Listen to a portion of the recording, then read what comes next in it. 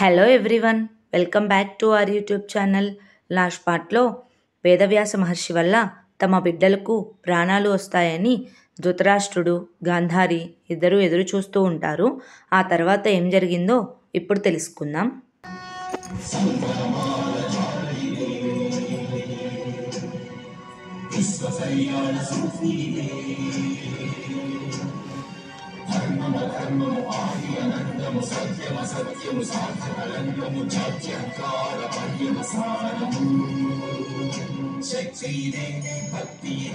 జీవన్ ముక్తి మార్గమిదే పంచమవేద సారం మహాభారతం.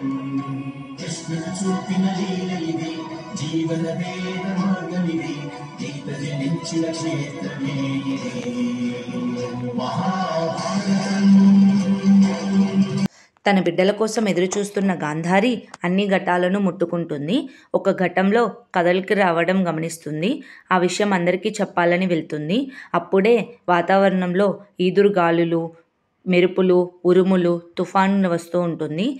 ఈ ప్రకృతి వైపరీత్యం ఎందువలన వస్తుందో కనుక్కోవడానికి విదురుడు, భీష్ముడు తన కులగురువైన కృపాచార్యుడి దగ్గరకు వెళ్తారు. అప్పుడు కులగురువు, ఇది రాక్షస గుణం కలిగిన పుత్రులు జన్మించేటప్పుడు ప్రకృతి ఇలా అపశకునాలు కలిగిస్తుంది అని చెప్తారు. దానికి విదురుడు, అంటే ప్రథమ పుత్రుడు అరిష్ట జాతకుడు అని అంటాడు. దానికి ధృతరాష్ట్రుడు కోపంతో, విదురా, నీకెంత ధైర్యం, నా కొడుకునే అరిష్ట జాతకుడు అని అంటావా అని అంటాడు. దానికి కులగురువు, ఈ విషయం ఒప్పుకోక తప్పదు. ఎందుకంటే ఈ బాలుడి వల్ల కేవలం హస్తినాపురంకే కాదు, యావత్ ప్రపంచానికి అరిష్టం కలుగుతుంది. కనుక ఇలాంటి వాళ్ళని బలిదానం ఇవ్వడమే మంచిది అని అంటాడు. దానికి శకుని, బలిదానం ఇవ్వడానికి నేను ఒప్పుకోను, నా సోదరి బిడ్డకు ఏమైనా అయితే నేను ఒప్పుకోను అని అంటాడు. దానికి సత్యవతీదేవి, నువ్వేమంటావు భీష్మ అని అడుగుతుంది. దానికి భీష్ముడు, ఇంకా ప్రాణం పోసుకొని పసివాడిని బలిదానం ఇవ్వడం నాకు ఇష్టం లేదు. ఏ నిర్ణయమైనా రాజుగారే తండ్రిగా కాకుండా రాజుగా ఆలోచించి తీసుకోవాలి అని చెప్తారు. ఆ తర్వాత ధృతరాష్ట్రుడు తనకు పుట్టిన కొడుకును చేతిలోకి తీసుకుంటాడు. అందరూ ఎదురు చూస్తూ ఉంటారు ధృతరాష్ట్రుడు ఏం నిర్ణయం తీసుకుంటారా అని. ధృతరాష్ట్రుడు, నాకు పుట్టిన ప్రథమ పుత్రుడు, వీడి యుద్ధంలో అజేయుడవుతాడు, వీడి పేరు దుర్యోధనుడు అని చెప్తాడు.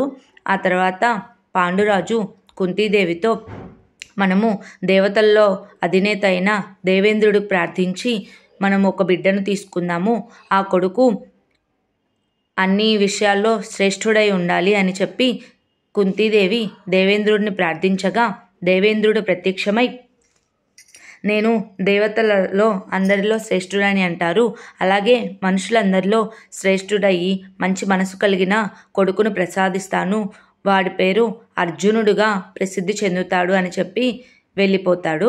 ఆ తర్వాత ధృతరాష్ట్రుడు గాంధారికి మిగతా 99 మంది కొడుకులు కూడా ప్రాణం పోసుకుంటారు. తన కూతురు కోసం గాంధారి ఎదురు చూస్తూ ఉంటుంది. ఆ తర్వాత మాద్రి ఒక్కతే కూర్చొని ఏడుస్తూ ఉంటుంది. అప్పుడు కుంతి వెళ్ళి, ఎందుకు మాద్రి అలా ఏడుస్తున్నావు అని అడుగుతుంది. అప్పుడు మాద్రి, నీకేమైందక్క, నీకు కొడుకులు ఉన్నారు, భర్తతో కొడుకులు లేని నా జీవితం వ్యధ కదా అని అంటుంది.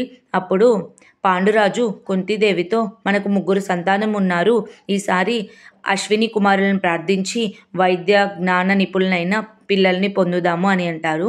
కుంతీదేవి, అలాగే కానీ ఈసారి నేను కాదు, మాద్రి మంత్రం జపించి పిల్లలను పొందుతుంది అని చెప్తుంది. అప్పుడు పాండురాజు, దుర్వాస మహర్షి వరం నీకు కదా అని అంటాడు. అప్పుడు కుటుంబ సంతోషం కోసం నేను మాద్రికి మంత్రం ఉపదేశిస్తానని చెప్పి మాద్రికి మంత్రం ఉపదేశించగా అశ్విని కుమారుల ద్వారా వాళ్ళకి 2 సంతానం జన్మిస్తారు. వాళ్ళ పేర్లు నకుల, సహదేవులు. ఆ తర్వాత పిల్లలు పెరిగి పెద్దవాళ్ళు అవుతూ ఉంటారు. అప్పుడు భీష్ముడు హస్తినాపురంలో విలువిద్యకు సమర్పించి ఒక పోటీ పెడతాడు. ఆ విలువిద్య పోటీలో కర్ణుడు ఒక యువరాజుకు మహారథిగా రథం నడుపుతూ ఉంటాడు. కానీ ఆ విలువిద్యలో కర్ణుడు గెలుస్తాడు. అప్పుడు భీష్ముడు అతిరథుడిని, ఈ బాలుడు ఎవరు అని అడుగుతాడు. అప్పుడు అతిరథుడైన సుసేనుడు, ఈ అబ్బాయి నా కొడుకే, ఈ కవచకుండలాలు ఈశ్వరుడు ప్రసాదం వల్ల పుట్టినప్పుడే వచ్చాయి అని చెప్తాడు. దానికి భీష్ముడు, సుసేన ఈ ప్రజలు ఈ క్షత్రియులు కాకుండా సూతపుత్రులు ఇలాంటి విద్యలు నేర్చుకుంటే ఒప్పుకోరు, కనుక తనని తూర్పు రాజ్యాలకు పంపించు, అక్కడ అన్ని కులాల వారు విలువిద్యను నేర్చుకోవచ్చు అని చెప్పి ఇక్కడ వద్దు అని చెప్తాడు. ఆ తర్వాత ధృతరాష్ట్రుడు కుమారులందరూ రాజ్యంలో పర్యటనకు వెళ్తారు. అక్కడ ఉన్న మత్స్యకారులందరినీ చిన్న భిన్నం చేసేస్తారు. ఒక చేపలు పట్టే అబ్బాయి దగ్గరకు వెళ్ళి కత్తి తీస్తారు. అప్పుడే శకుని వచ్చి వాళ్ళని రాజ్యానికి తీసుకువెళ్తాడు. ఆ తర్వాత ఏం జరిగిందో నెక్స్ట్ పార్ట్లో తెలుసుకుందాం.